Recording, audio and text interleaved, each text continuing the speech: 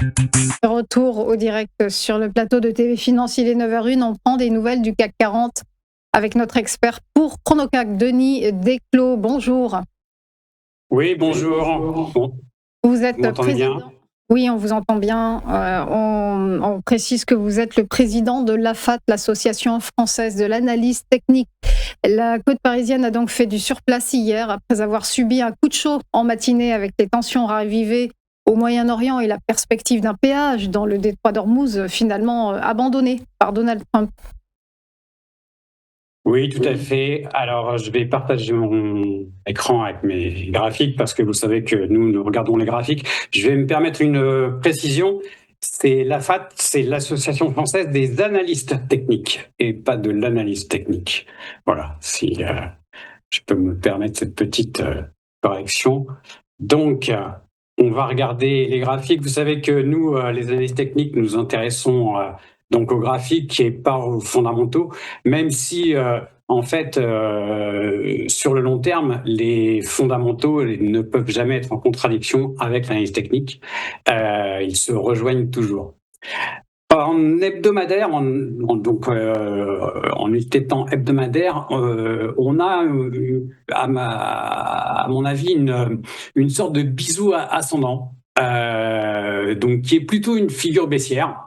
Donc, il faudra voir le sens de la sortie. Généralement, donc, elle se fait par le bas, mais on peut aussi avoir des sorties par le haut. Il serait peut-être pas étonnant qu'on retourne d'abord vers le haut du biseau parce que nous avons un gap donc journalier qui date d'ailleurs de mercredi de la semaine dernière à 8436 points qui n'a pas été comblé. Alors tous les gaps n'ont pas vocation à être comblés, hein. Certains peuvent rester ouverts, mais ça pourrait constituer un objectif évidemment pour les acheteurs.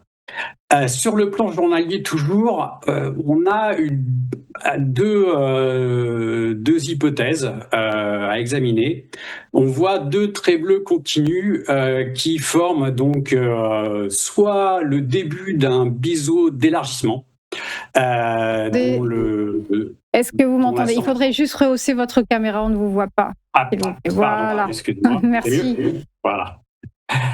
Donc, nous avons un biseau soit d'élargissement, c'est-à-dire que on pourrait retourner à ce moment-là vers le haut, la droite en pointillé qui prolonge la droite en très continu.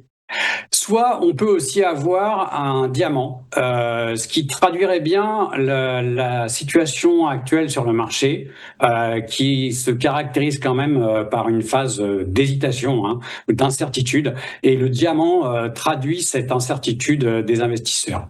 Donc, on aurait à ce moment-là un retour vers l'autre droite en pointillé, l'oblique descendante.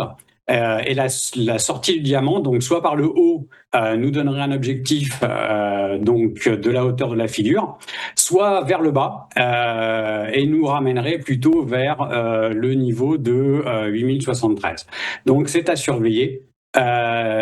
Ces figures. En unité de temps 4 heures, on voit que pour l'instant, hein, on a plusieurs supports. Pour le CAC, hein, c'est dans le système Ichimoku le nuage qui a fait support et qui a stoppé la baisse. Mais en revanche, en une heure, en unité de temps horaire, on a quelque chose qui ressemble quand même à une figure de correction de court terme. Et surtout, on a beaucoup d'obstacles à franchir. Donc vous savez que dans le système Ichimoku, les tendances se font lorsque les cours et la lagging span n'ont plus d'obstacles devant eux, soit à la hausse, soit à la baisse. Aujourd'hui, on a beaucoup d'obstacles à la hausse. Il va falloir les franchir avant de pouvoir envisager une reprise durable. Et la probabilité, c'est quand même soit une poursuite de la latéralisation, soit une reprise de la baisse. Merci beaucoup pour votre analyse, Denis Desclos. Belle journée à vous. Merci. Bonne journée. À suivre après une nouvelle pause, les valeurs du jour, les market movers. À tout de suite.